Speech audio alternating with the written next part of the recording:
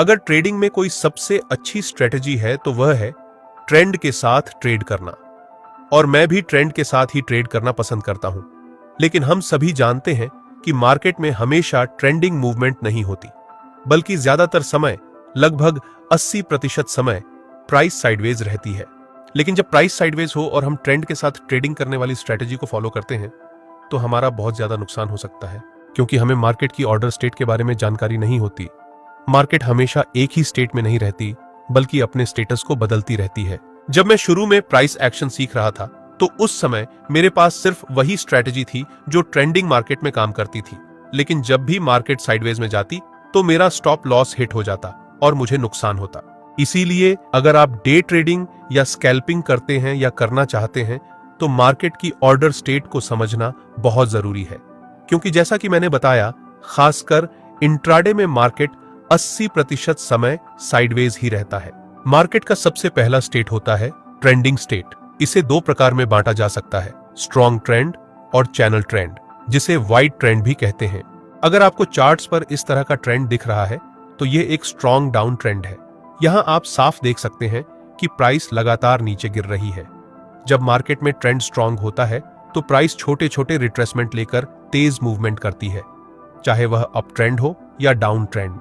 जब price up trend में होती है तो वह हायर हाई और हायर लो बनाते हुए ऊपर जाती है। जब प्राइस डाउन ट्रेंड में होती है तो वह लोअर हाई और लोअर लो बनाते हुए नीचे गिरती है। इस केस में प्राइस डाउन ट्रेंड में है, जहां आपको साफ दिख रहा है कि लोअर हाई और लोअर लो बन रहे हैं, यानी प्राइस लगातार नीचे की तरफ जा रही है। इस सिचुएशन में आपको बहुत स्ट्रॉन्ग तरीके से ट्रेंड को फॉलो करना है। इसका मतलब है कि आपको वही स्ट्रेटजी अप्लाई करनी है जो ट्रेंडिंग मार्केट के लिए बनी होती है। क्योंकि प्राइस डाउन ट्रेंड में है, हमें यहाँ सिर्फ सेलिंग के लिए ही अपॉर्चुनिटी खोजनी है। इस एग्जाम्पल में मैंने 20 मूविंग एवरेज इंडिकेटर को अप्लाई किया है और आप देख सकते हैं कि जब भी प्राइस इस लाइन को टच करती है तो वह रिवर्स होकर वापस डाउन ट्रेंड को कंटिन्यू करती है।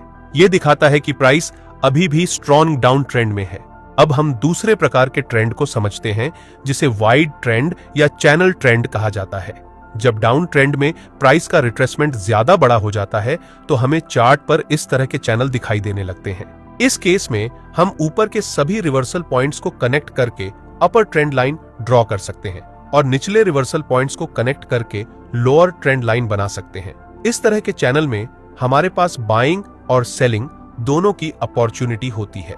हम चैनल के लोअर रिवर्सल पॉइंट पर बाय पोजीशन में एंट्री कर सकते हैं और चैनल के अपर रिवर्सल पॉइंट पर सेल पोजीशन में एंट्री कर सकते हैं। हालांकि हमारे पास बाय और सेल दोनों की अपॉर्चुनिटी होती है, लेकिन अगर हम ज्यादा कंसिस्टेंटली ट्रेड जीतना चाहते हैं तो हमें ट्रेंड के साथ ही ट्रेड करना चाहिए। जैसे कि इस केस में अगर प्राइस डाउनर ट्रेंड चैनल में है तो सेल पोजीशन की ट्रेड्स लेने से ज्यादा प्रॉफिट होने के चांस होंगे। हम यहां पर एक बाय पोजीशन ले सकते थे, फिर जब अपर ट्रेंड लाइन पर प्राइस हिट होती तो हमें एक बेयरिश कैंडल देखने को मिलती। ये इन्वर्टेड हैमर कैंडल थी, जिसे हम पिन बार कैंडल भी कहते हैं। यहां पर हम सेल ट्रेड ले सकते थे। इसके बाद जब प्राइस लोअर ट्रेंड लाइन पर आई तो हमें एक बुलिश एंगल्फिंग कैंडल देखने को मिली, जहां से हम बाय पोजीशन ले सकते थे। फिर जब प्राइस दोबारा अपर ट्रेंड लाइन पर हिट हुई तो हमें एक बेयरिश एंगल्फिंग कैंडल दिखी, जहां से हम सेल पोजीशन ले सकते थे। मार्केट की दूसरी स्टेज होती है रिवर्सल स्टेट। इस स्टेट में ट्रेड करना सबसे ज्यादा मुश्किल होता है, इसलिए इसे समझने के लिए वीडियो को बहुत ध्यान से देखना जरूरी है। अगर आप मार्केट में नॉर्मली रिवर्सल ट्रेड करने जाएंगे तो 80% टाइम आपका स्टॉप लॉस हिट हो जाएगा। लेकिन आज मैं आपको एक ऐसी पॉइंट स्ट्रेटजी बताने वाला हूं जिससे आप कम से कम 50% टाइम सही ट्रेड ले पाएंगे। मार्केट में प्राइस कभी भी रैंडम मूव नहीं करता, उसे चाहिए होता है स्टॉप लॉस। अगर आप ध्यान दें तो लास्ट सेकंड लोअर लो सबसे नीचे बना हुआ है। इसका मतलब यह है कि यहां पर जिन लोगों ने बाय पोजीशन में एंट्री ली थी, उन्होंने इस कैंडल को ब्रेकआउट समझकर अपना स्टॉप लॉस इसी लेवल पर रखा होगा। इसी वजह से यहां ब्रेकआउट फेल हुआ। मार्केट ने इन दोनों स्टॉप लॉस को हिट किया और जैसे ही इस प्राइस को ब्रेक किया, आप देख सकते हैं कि इसी पॉइंट से प्राइस रिवर्स हो गई। इसके पीछे एक और बड़ा कारण था। जब आप इसी चार्ट को बड़े टाइम फ्रेम में देखेंगे, अभी यह 1 मिनट टाइम फ्रेम में है, लेकिन अगर इसे 3 मिनट टाइम फ्रेम में देखेंगे तो आपको दिखेगा कि प्राइस इसी लेवल से रिवर्स हो गई है। इसका मतलब यह है कि यह लेवल बहुत ज्यादा इंपॉर्टेंट था। जब कोई लेवल बार बार सर्वाइव करता है तो वह एक स्ट्रॉन्ग की लेवल बन जाता है।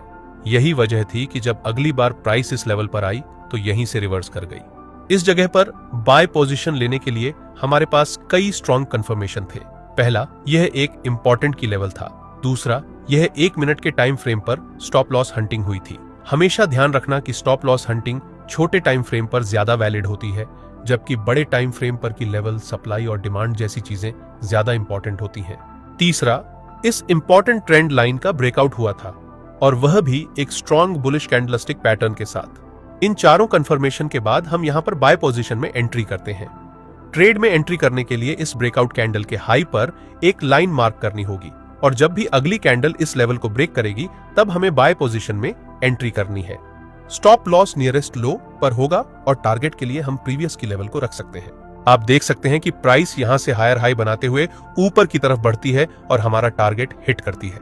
तीसरा और सबसे महत्वपूर्ण मार्केट स्टेट ब्रेकआउट स्टेट होता है। ब्रेकआउट ट्रेड्स में अक्सर बहुत अच्छे प्रॉफिट देखने को मिलते हैं, क्योंकि जब ब्रेकआउट होता है तो प्राइस में एक बड़ा मोमेंटम देखने को मिलता है। लेकिन छोटे टाइम फ्रेम पर इस मोमेंटम को कैप्चर करना आसान नहीं होता, क्योंकि वहां स्टॉप लॉस हंटिंग का प्रभाव ज्यादा होता है। इसी वजह से कई बार नए ट्रेडर्स सिंपल ब्रेकआउट को देखकर ट्रेड में एंट्री ले लेते हैं, लेकिन उनका स्टॉप लॉस हिट हो जाता है। अगर हम स्क्रीन पर दिख रहे चार्ट को देखें तो यहाँ प्राइस एक स्ट्रॉन्ग कंसोलिडेशन जोन में फंसा हुआ था। हमेशा यह ध्यान रखना चाहिए कि कंसोलिडेशन जोन के अंदर ट्रेड नहीं लेना चाहिए, क्योंकि यहाँ मार्केट बार बार स्टॉप लॉस हंट करता है। जब हमें इस रेंज का पहला ब्रेकआउट मिला तो प्राइस ने एक रेड कैंडल बनाई और तुरंत रिवर्स हो गई।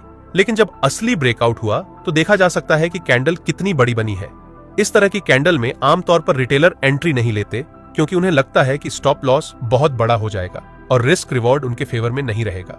सही तरीके से एंट्री करने के लिए हमेशा रिट्रेसमेंट का इंतजार करना चाहिए। जब प्राइस वापस उसी लेवल तक आए जो पहले सपोर्ट था और अब रेजिस्टेंस बन चुका है, तभी हमें सही एंट्री मिलती है। इस चार्ट में हमें उस लेवल पर इन्वर्टेड हैमर कैंडल देखने को मिली, जो कि एक रिवर्सल कैंडलस्टिक पैटर्न होता है। इस कैंडल के लो पर एक लाइन मार्क की जाती है, और जब अगली कैंडल इस लाइन को ब्रेक करती है तब सेल पोजीशन में एंट्री ली जाती है। इस तरह हमारी एंट्री बेहतर होती है, स्टॉप लॉस छोटा होता है और टारगेट बड़ा मिल सकता है। स्टॉप लॉस सेट करने के लिए रिवर्सल कैंडलस्टिक पैटर्न के ऊपर थोड़ा सा स्पेस देना चाहिए, ताकि मार्केट की वोलेटिलिटी के कारण स्टॉप लॉस जल्दी हिट ना हो। टारगेट के लिए पिछले महत्वपूर्ण लेवल्स को ध्यान में रखा जा सकता है। अगर इस पूरे प्रोसेस को सही से फॉलो किया जाए तो ट्रेडिंग में सफलता की संभावना बढ़ जाती है। इस चार्ट में भी देखा जा सकता है कि प्राइस ने लोअर लो और लोअर हाई बनाते हुए हमारा टारगेट हिट कर दिया। अगर आपको यह वीडियो पसंद आया हो तो लाइक जरूर करें और चैनल को सब्सक्राइब करना न भूलें, और कमेंट में बताइए अगला वीडियो आप किस टॉपिक पर देखना चाहते हैं, क्योंकि हम अगला टॉपिक आपके कमेंट्स देखकर ही चुनते हैं।